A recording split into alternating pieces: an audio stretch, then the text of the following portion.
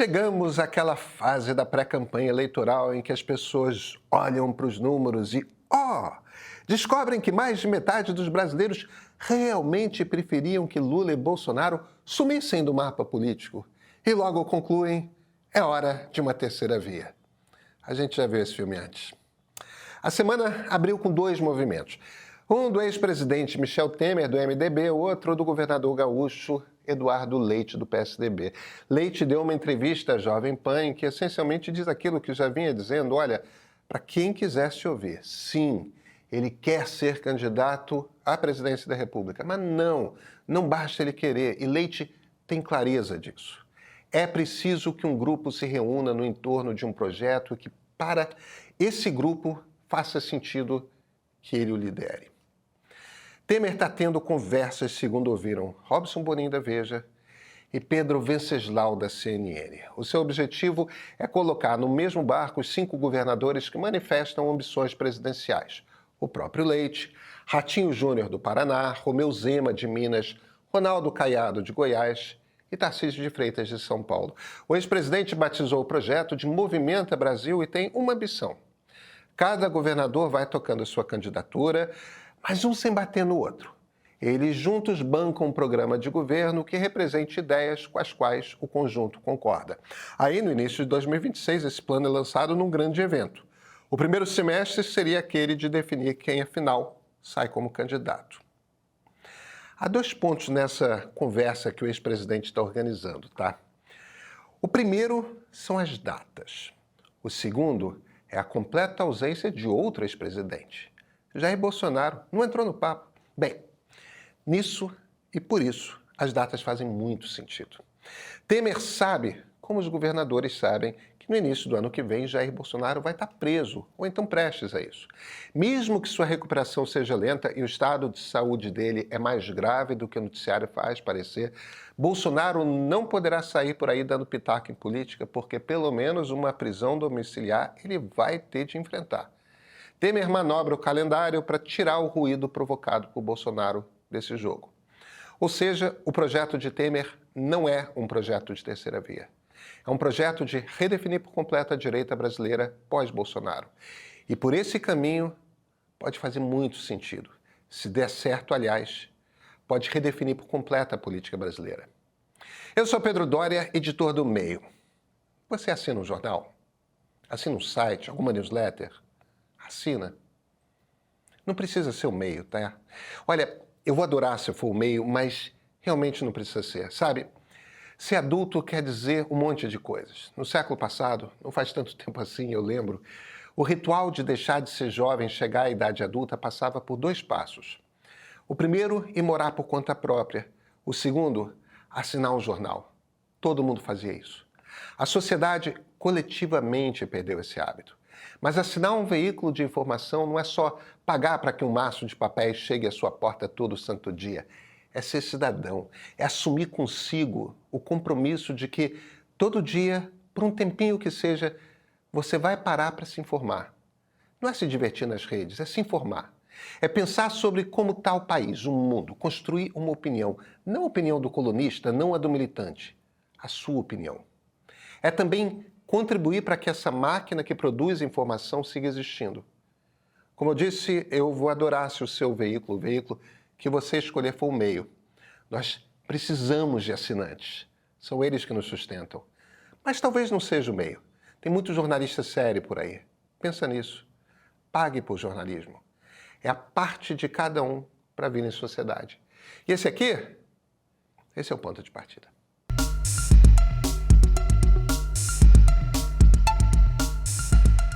Mas vamos desbaratar esse jogo eleitoral, botar as peças aqui no tabuleiro?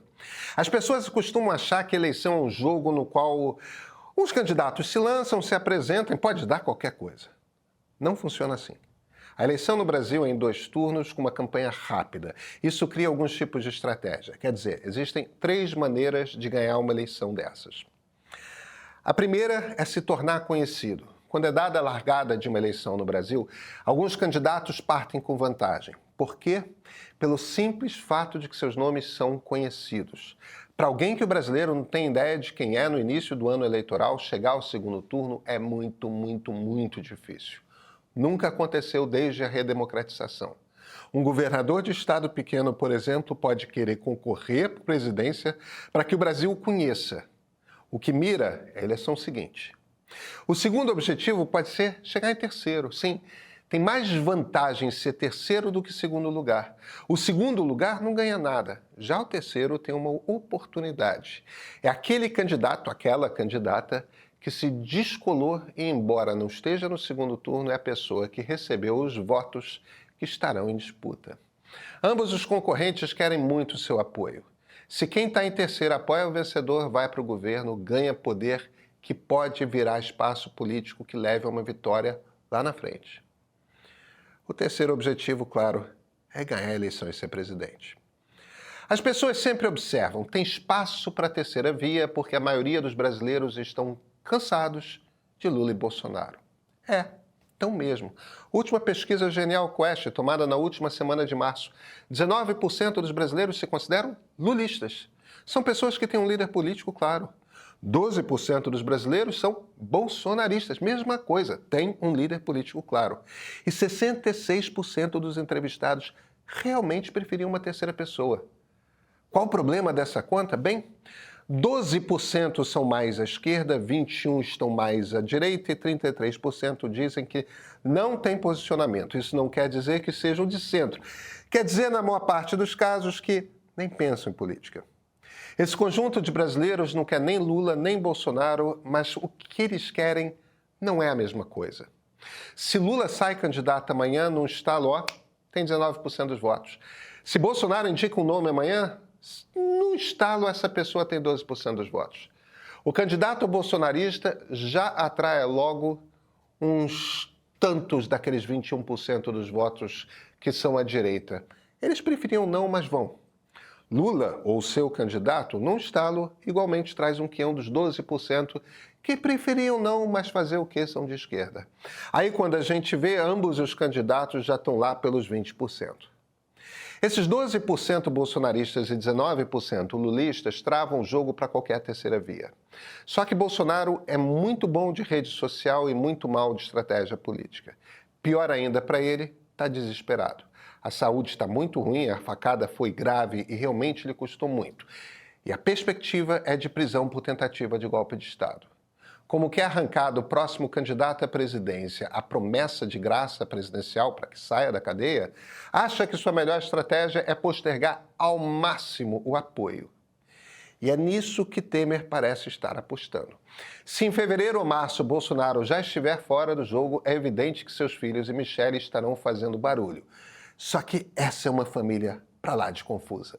Os filhos brigam entre si, parte não se dá com a mulher do pai. Se o bolsonarismo não for capaz de se organizar sem o líder, e tudo indica que terá dificuldades de fazê-lo, aí o jogo fica muito, muito diferente. O caminho da direita se abre. Na cabeça de Michel Temer, essa é uma partida de trazer a direita para o centro. Com que candidato? Na verdade, pouco importa. Qual o ponto fraco desse movimento? Redes sociais.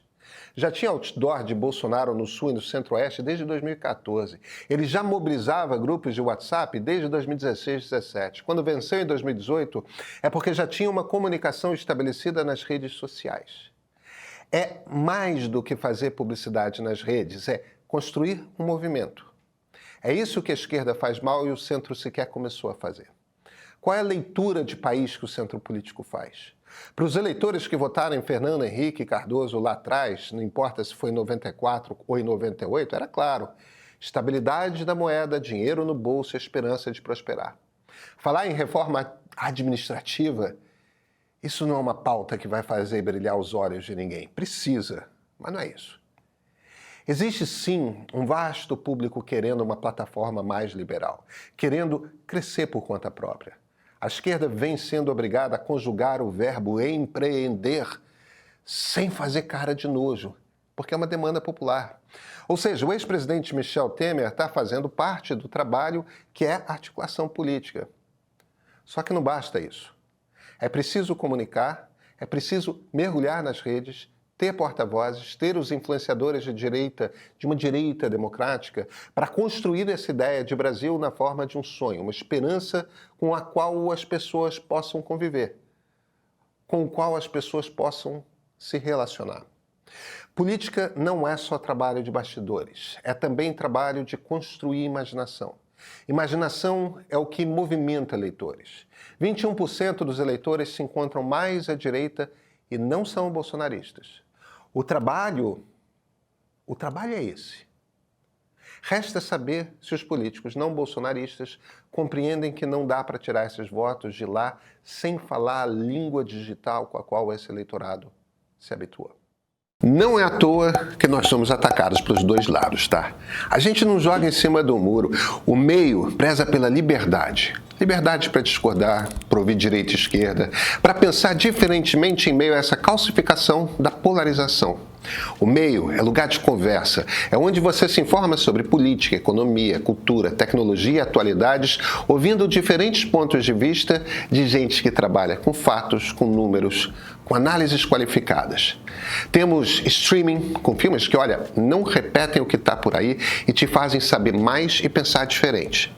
Nossa edição de sábado mergulha em debates atuais para você saber como opinar sem replicar discurso.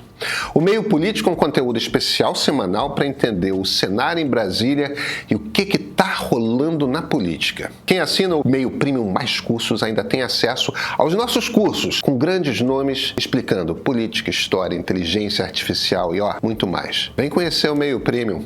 Caso você não goste, o que eu duvido, o cancelamento é zero burocracia. Leia, assista, compreenda.